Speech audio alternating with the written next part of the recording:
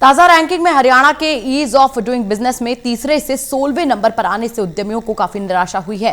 वो इसके कारण लगातार तलाशने में लगे हुए हैं। टोटल न्यूज की टीम ने इस बारे में पानीपत के कुछ खास उद्यमियों से बातचीत की है।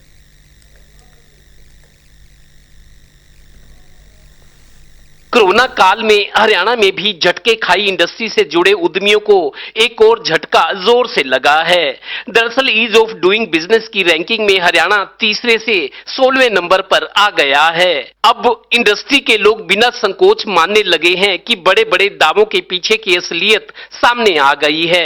पानीपत इंडस्ट्रियल एसोसिएशन के प्रधान सरदार प्रीतम सिंह सचदेवा को ये लगता है। मनोहर लाल खट्टर जी का पहला टाइम चला, इससे पहले वाला हमारा, उसमें हम काफी ज्यादा ग्रोथ करी, तो टीम वर्क बहुत अच्छा रहा। हमारी इंडस्ट्री का जो कोऑर्डिनेशन थी विद गवर्नमेंट वो काफी बेटर चली। अब इस जो सेशन जो एक साल हमारा चला, इसमें इंडस्ट्री और सरकार के बीच में जो सहयोग की मीटिंग की, कुछ तो कोरोना के कारण प्रॉब्लम होगी कि मीटिंग में दिक्कत आई हुई है, नहीं तो इससे पहले सरकार और ऑफिसर और सबके इंडस्ट्री के बीच में कोऑर्डिनेशन और मीटिंग चलती रहती थी। बातें खुली तो ये भी बात सामने आई कि हरियाणा में अब भी नई इंडस्ट्री लगाना बहुत मुश्किल काम है।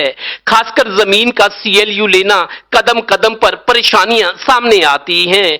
जब तक सिस्टम को दुरुस्त नहीं किया जाएगा, हालात बदलने वाले नहीं हैं। इंडस्ट्री डिपार्टमेंट तो अपना ठीक वे पे चल रहा है, पर जो टाउन एंड कंट्री डिपार्टमेंट है उसका जो एटीट्यूड है वो इंडस्ट्री के प्रति इतना मॉडर्न नहीं हो पाया। तो सबसे पहले जो सीएलयू लेना वो ज्यादा आसान करना पड़ेगा। पहले सरकार ने किया था, पर उसमें ज्यादा उन्होंने उसका जो एरिया रखा वो बहुत कम रखा। इधर पानीपत के एक युवा उद्यमी की दलीलें सुनकर आपको लगेगा कि ये बात तो पते की है। यूपी गवर्नमेंट ने ट्रांसफॉर्मेटिव पॉलिसीज लिए हैं और हरियाणा सोचता रह गया। और हरियाणा में तो एक ही पॉलिसी चल रही है, बड़ी मारुति की आई, बड़ी इंडस्ट्रीज को अट्रैक्ट करो, बड़ी इंडस्ट्रीज को। पानीपत की इंडस्ट्री है जिसमें छोटे छोटे व्यापारी ने, अपने इंडस्ट्रियलिस्ट ने अपना मेहनत करके काम करा है, उसको कुछ अपॉर्चुनिटी नहीं मिलता है कि वो भी ग्रो करे, मल्टीफोल्ड करे, और वो ऐसे नहीं हो सकती, ट्रांसफॉर्मेटिव हो सकती है। दरअसल हरियाणा सरकार ने इंडस्ट्री और इंडस्ट्रियलिस्ट के लिए बहुत से कानून बनाए हुए हैं, पर बंद कमरों में बैठने वाले लोग ही इनका फायदा उठा जाते हैं। यूपी में देखिए सब कुछ है, लैंड भी है, लेबर भी है, सब कुछ है, और अगर हरियाणा इसको जल्दी ठीक नहीं करा तो हम शायद से यूपी से बहुत पीछे चले जाएंगे और शायद से बिजनेस भी लूज हो जाए।